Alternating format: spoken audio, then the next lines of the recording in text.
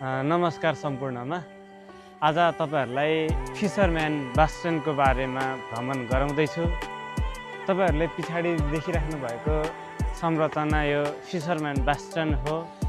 यो सन् 1895 मा निर्माण सुरु भई 1905 मा निर्माण सम्पन्न भयो। मध्यकालीन अवस्थामा यो ठाउँको संरक्षण यस ठाउँका माछा व्यापारीहरूले गरेको कारणले गर्दाखेरि यो ठाउँको नाम चाहिँ फिशरम्यान बास्टन राखिएको हो। 7 वटा हुनुको मुख्य कारण चाहिँ 7 जातिका 7 म्यानमारहरूले चाहिँ को प्रतिनिधित्व गरेको भन्ने विश्वास रहेको छ। तपाईहरुले देख्न सक्नुहुन्छ पिछाडी 7 वटा स्तम्भहरू।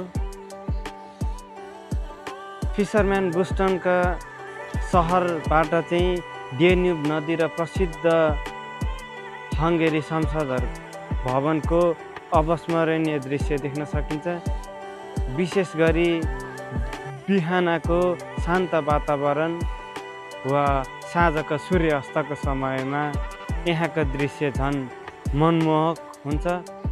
त्यसैले फोटोग्राफी र भिडियो खिच्न आउने पर्यटकहरूको निकै भिड लाग्ने गर्दछ। तपाईहरु हंगेरी घुम्न आउने योजनामा हुनुहुन्छ भने योजनाको पहिलो सूचीमा चाहिँ यो फिशरम्यान बुस्टर राख्न नबिर्सिनु होला।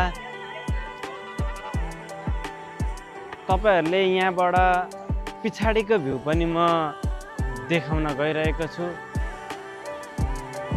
यो ठाउँबाट अगाडिपट्टि ठ्याक्कै पार्लिमेन्ट बिल्डिङ देख्न सकिन्छ। यहाँबाट यो सिधा अगाडिको पार्लिमेन्ट बिल्डिङ हो। यति बेलसम्म यो भिडियो हेरेर साथ दिनुभयो त्यसको लागि धेरै धेरै धन्यवाद।